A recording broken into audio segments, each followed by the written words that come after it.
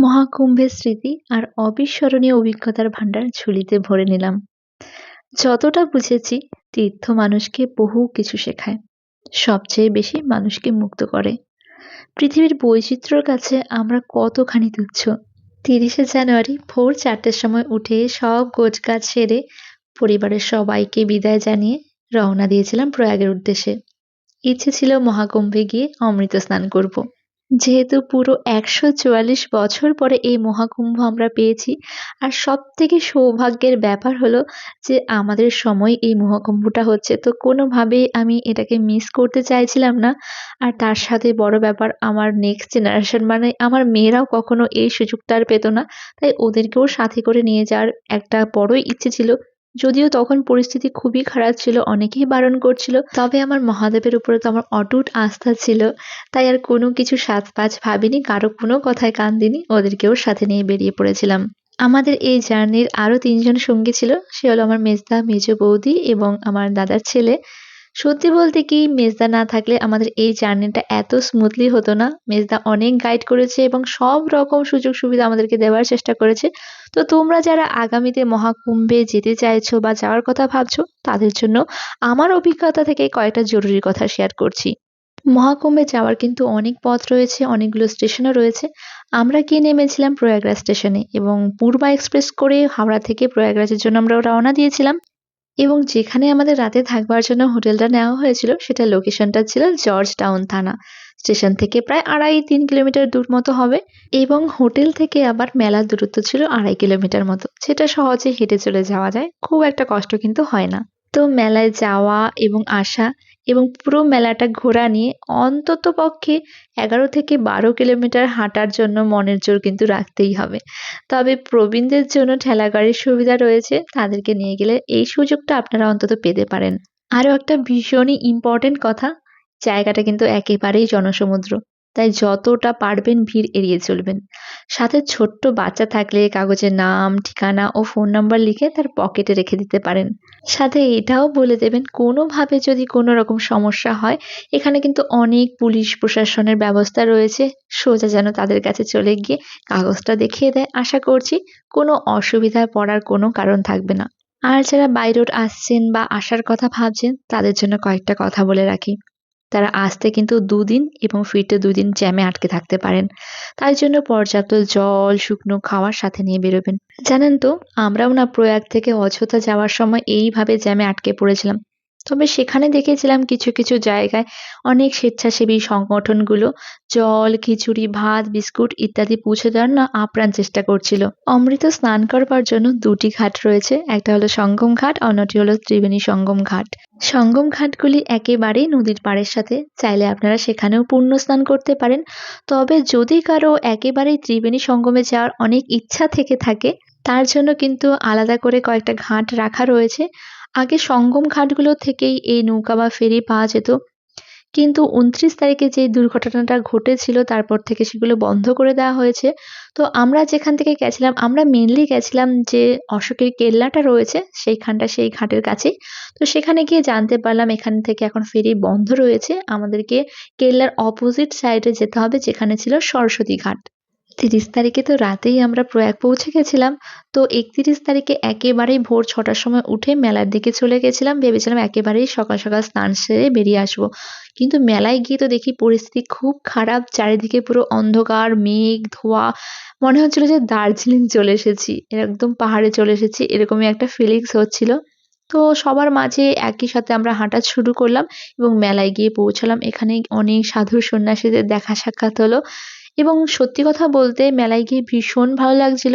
এতটা পথ যে হেঁটে এসেছি, বিশেষ করে আমার বাচ্চাগুলো যে এতটা পথ হেঁটে আসলো, ওরা কিন্তু কোনোরকমভাবেই কষ্ট পায়নি। তো আপনাদেরও বলব, সাথে যদি আপনার ছেলে, মেয়ে বা ছোট কাউকে নিয়ে আসার চেষ্টা করেন বা আসতে চান, অবশ্যই আসতে পারেন।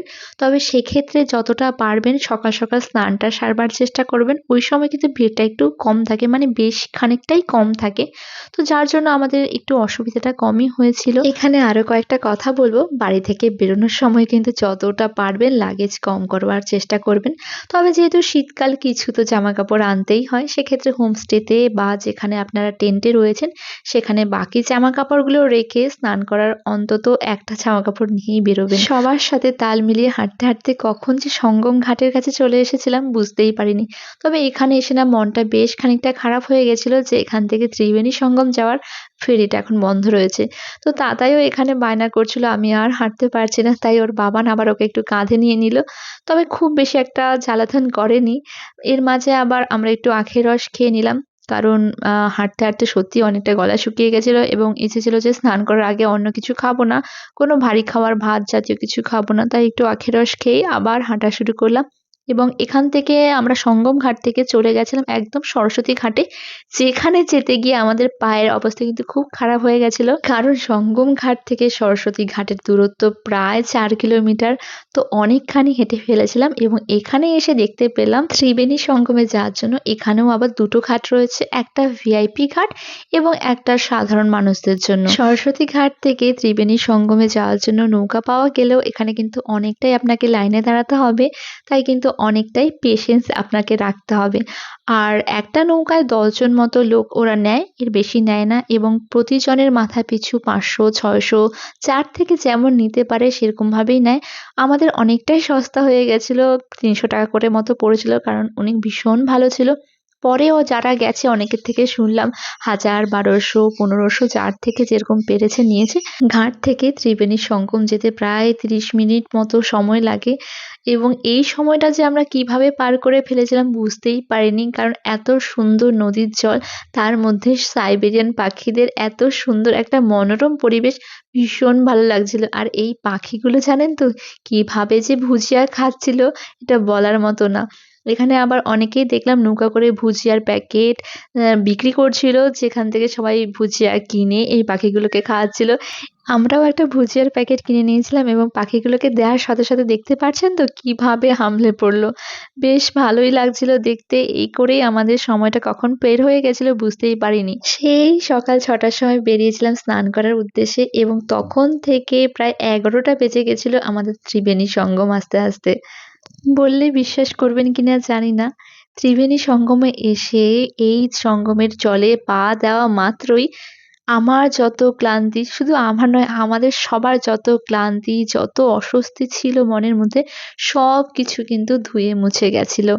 দাদা আবার এখানে হাত দিয়ে দেখাচ্ছিল যে প্রায় ২ করের মতো সঙ্গমে জল রয়েছে। খুব বেশি জল কিন্তু নেই। তবে একটুখানি গেলে আবার স্নান করার মতো কোমর পর্যন্ত জল রয়েছে। কোনো রকমে সেখানে ডুব দেওয়া যায়। আরো গভীর জলও রয়েছে। তবে সবার সেফটির জন্য খুব বেশি দূরে যেতে দেওয়া হয় না।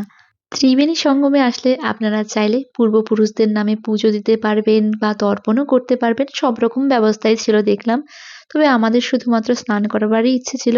তবে আমি ফেসবুকে কোথাও একটা পোস্টে পড়েছিলাম, স্নান করবার সময় অন্ততপক্ষে ৯ খানা কিন্তু ডুব দিতে হয়।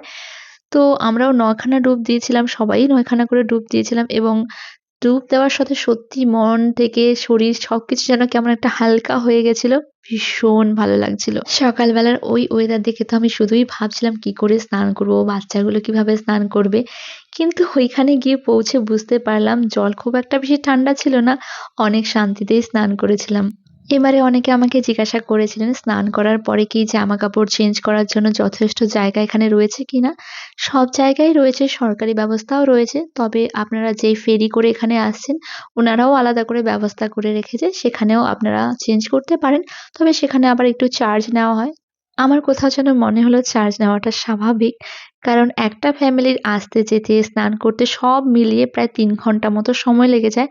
তো ওরা দিনে মোটমাট হয়তো ৩ থেকে ৪ বার ফেরি করতে পারে। এর বেশি টাইম পাওয়া যায় না কারণ বিকেলের পরে আর ফেরি করতে দেওয়া হয় না। সব শেষে আপনাদেরকে আরো একটা কথা বলতে চাইবো, যারা অমৃত স্নান সেরে আবার অযোধ্যা বা কাশী বিশ্বনাথ যাওয়ার কথা ভাবছেন, ওখান থেকে অবশ্যই বাই রোডে যেতে হয়। তো ওই কথা আর স্বপ্নেও ভাববেন না। ভালোয় ভালোয় স্নান করে বাড়িতে ফিরুন এটাই চাইবো। কারণ বাই রোডে ভীষণভাবে জ্যাম। ওখান থেকে বেরোনো ভীষণভাবে কঠিন। আর আমরাও সত্যি কথা ওই রোডের জ্যামের মধ্যে পড়ে গেছিলাম। অভিজ্ঞতা হয়েছে। সেই থেকেই আপনাদেরকে বলছি, একটু ভুলেও চেষ্টা করবেন না। খুব ভালোভাবে স্নান করুন এবং ভালো করে বাড়ি ফিরে আসুন এটাই চাইবো।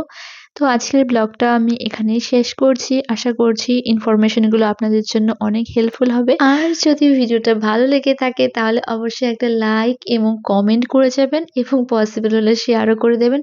সাথে আমার ইউটিউব চ্যানেলটাকেও সাবস্ক্রাইব করে রাখবেন। চ্যানেলের লিংক আমি কমেন্টে দিয়ে দেব। চাইলে সেখান থেকে ক্লিক করেও সাবস্ক্রাইব করতে পারেন। এছাড়া ইউটিউবে গিয়ে বিপাশা দেবনাথ বলে সার্চ করলে আমার চ্যানেল আপনারা পেয়ে যাবেন। আশা করছি ভালো লাগবে। টাটা।